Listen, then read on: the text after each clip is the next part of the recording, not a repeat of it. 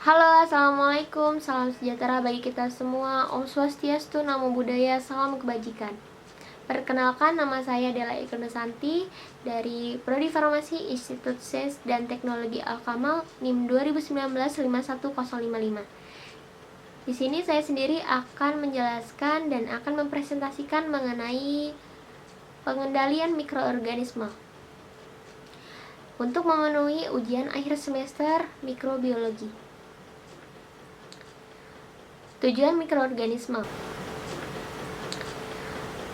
mikroorganisme. Alasan utama dari mengapa kita harus melakukan pengendalian mikroorganisme yaitu yang pertama untuk mencegah penyebaran penyakit dan infeksi.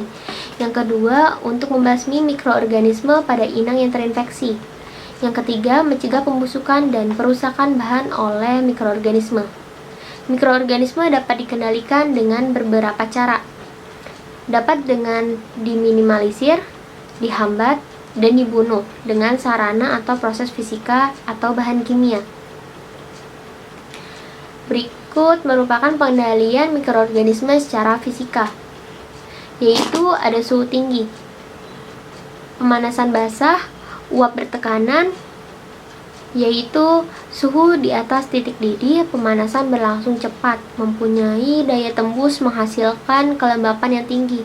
Kesemuanya mempermudah koagulasi protein. Contoh alat sterilisasi yaitu autoklaf. Umumnya waktu yang diperlukan untuk sterilisasi tergantung pada tipe wadah dan volume bahan. Sterilisasi bertahap. Beberapa media tidak dapat dipanaskan pada suhu 100 derajat Celcius. Dalam proses ini dipanaskan pada suhu 100 derajat Celcius selama 3 hari. Berturut-turut diseling dengan proses inkubasi di antaranya. Spora-spora resisten yang akan berkecambah pada masa inkubasi akan dapat dihancurkan pada pemanasan berikutnya. Air mendidih. Sel vegetatif akan terbunuh pada waktu 10 menit dalam air mendidih. Namun spora bakteri dapat bertahan lebih tepat untuk desinfeksi daripada sterilisasi. Pasteurisasi. Panas terkendali untuk mematikan tipe organisme tertentu. Contohnya pada susu, krim, minuman beralkohol. Dipanaskan pada suhu yang terlalu tinggi tidak dikehendaki karena akan mengubah cita rasa. Mycobacterium tuberculosis. Patogen pada susu mentah akan terbunuh pada suhu 60 derajat Celcius dalam waktu 30 menit. Coxiella burnetii terbunuh pada suhu 62,8 derajat Celcius selama 30 menit. Kemudian ada pemanasan kering. Sterilisasi dengan udara panas dianjurkan bila penggunaan uap bertekanan tidak dikehendaki. Disterilkan dalam oven listrik atau gas. Peralatan pecah belah suhu 160 derajat Celcius selama 2 jam. Pembakaran bahan yang mengandung mikroorganisme berarti membasmi mikroorganismenya. Pembakaran digunakan untuk memusnahkan bangkai, hewan penelitian yang terinfeksi, dan bahan terinfeksi lainnya yang perlu dibuang. Digunakan juga secara rutin untuk membakar jarum OC. Suhu rendah.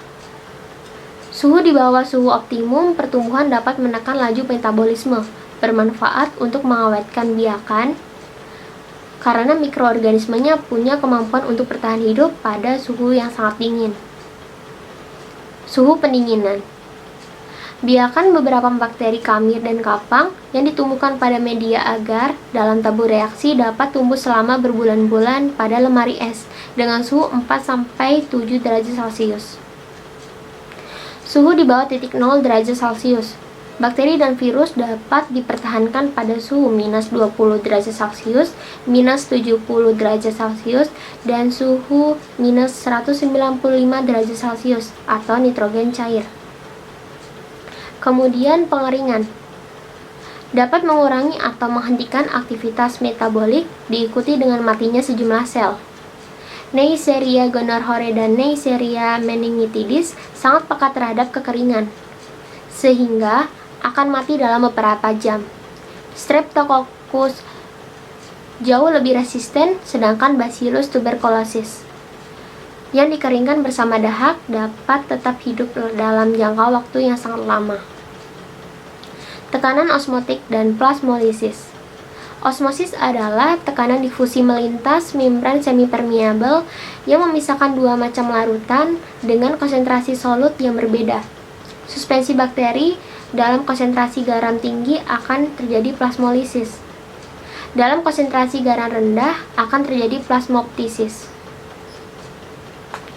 Kemudian ada radiasi. Radiasi beberapa macam dapat bersifat letal terhadap sel-sel mikroba dan sel organisme lainnya.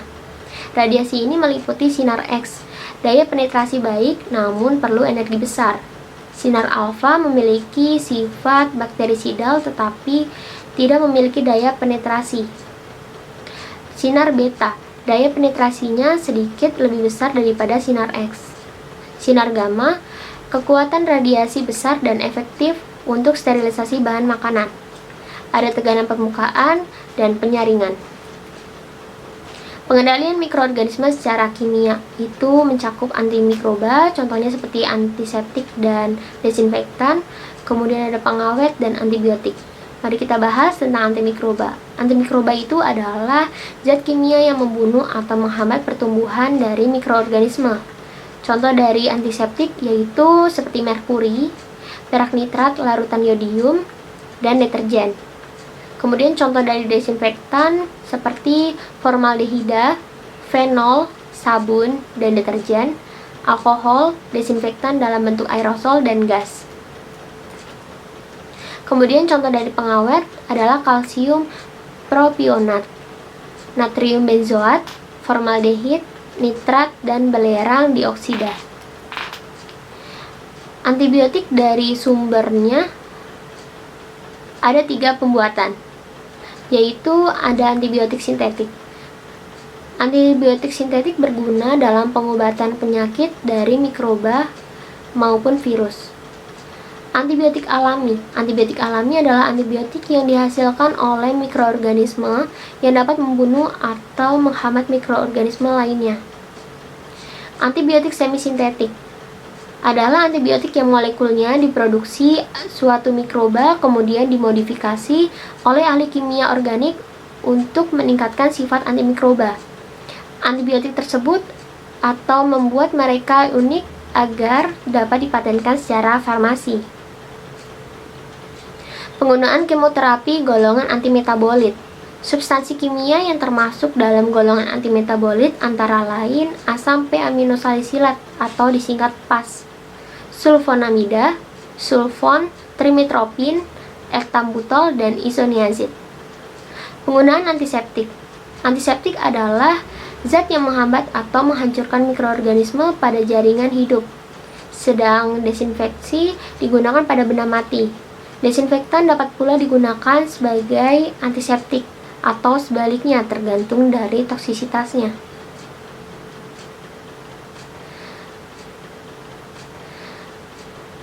Antiseptik digunakan untuk menghambat pertumbuhan mikroorganisme pada jaringan yang hidup, seperti pada permukaan kulit dan membran mukosa. Penggunaan bahan pengawet merupakan bahan statis yang digunakan untuk menghambat pertumbuhan mikroorganisme dan paling sering digunakan dalam bahan makanan. Bahan yang dapat digunakan tidak berbahaya jika masuk ke dalam tubuh dan tidak beracun, contohnya seperti kalsium propionat, natrium benzoat, formaldehid, nitrat, dan belerang dioksida. Kemudian ada uji koefisien fenol. Koefisien fenol adalah kemampuan desinfektan untuk membunuh bakteri dibandingkan dengan fenol. Uji fenol koefisien merupakan uji yang digunakan untuk membandingkan aktivitas antimikrobial suatu senyawa kimia dibandingkan dengan fenol pada kondisi yang standar.